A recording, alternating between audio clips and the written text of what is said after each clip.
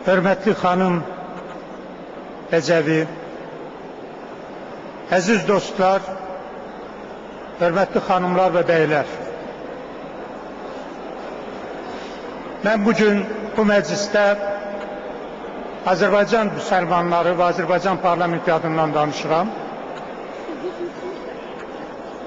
Ramazan bayramınızı ürəkdən, Ramazan günlərinizi ürəkdən təbrik edirəm.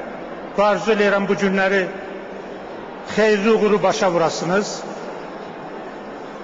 Özüm bir neçə kəlmə təqdim edə bilərəm. Mən Azərbaycan parlamentinin üzvüyəm. Dünya Azərbaycanlıları Kongresi var ki, böyük bir diaspor təşkilatıdır. Onun həmsədriyəm. Amma hamısından əvvəl mən bir yazıçıyam. Onlarla kitabın müəllifiyəm.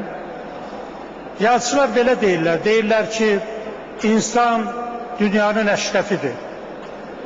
Əgər hər bir insan dünyanın əşrəfidirsə, onda bizim dediyimiz əşrəf düşərgəsində minlərlə əşrəf toplanıb. Onda sizin də hər biriniz əşrəfsiz, mən də əşrəfəm. Dünyada yaşayan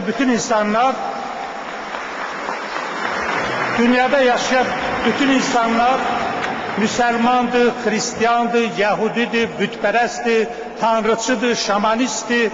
Hansı dinə bağlı olur olsun, hamısı əşrəfdir. Çünki əşrəf məzlumdur, əşrəf qorunmalıdır, hər bir insan da qorunmalıdır.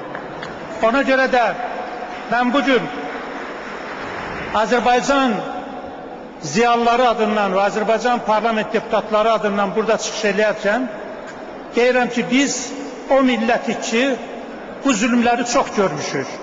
Ona görə də zülüm görən əşrəfin dərdi həm də bizim dərdimizdir. Əşrəf bir simvoldur. Əşrəf dünyanın simvoludur. Əşrəf bir mədəniyyət, bir azadlıq adasıdır. Bu adanı qorumasan, sabah dünyanı qorumaq olmaz. Bugün əşrəf həm də İranın simvoludur. Həm də bütün müsəlman dünyasının simvoludur. Əşrəfin üstünə agresiya gələndə, sabah hər birimizin üstünə gələcək. Ona görə də burada dinlərin ayrı seçkiliyi yox, artıq dinlərin birliyi köməyə gələ bilər. Millətlərin, xalqların birliyi köməyə gələ bilər.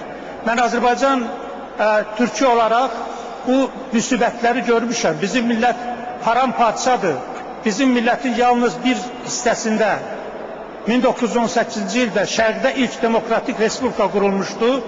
Bugün biz onun davamçılarıyıq və bugün amma əşrəfdə yaşayan, İranda zülm altında yaşayan millətin bir hissəsi mənim millətimdir. Mənim dilimdə danışır, mənim kimi düşünür.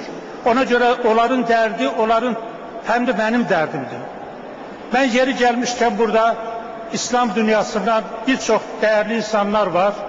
Onlara bir-iki kəlmə söz deyib və çıxışımı yekunlaşdıracağım. Bilirsiniz, mən səni görüm, sən məni görmə, olmaz. Mən səni görürəmsə, sən də məni görəcəksən. Bugün heç kimin yadına düşmür müsəlman dünyasında.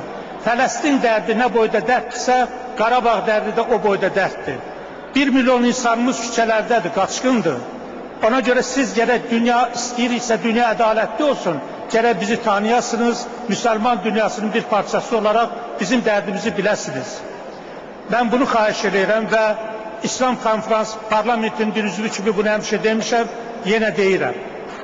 Əziz dostlar, bacılar və qardaşlar, dünya balacalaşır, dünya həm də bütövləşir. İran dünyanın üstündə bir yara kimi qala bilməz.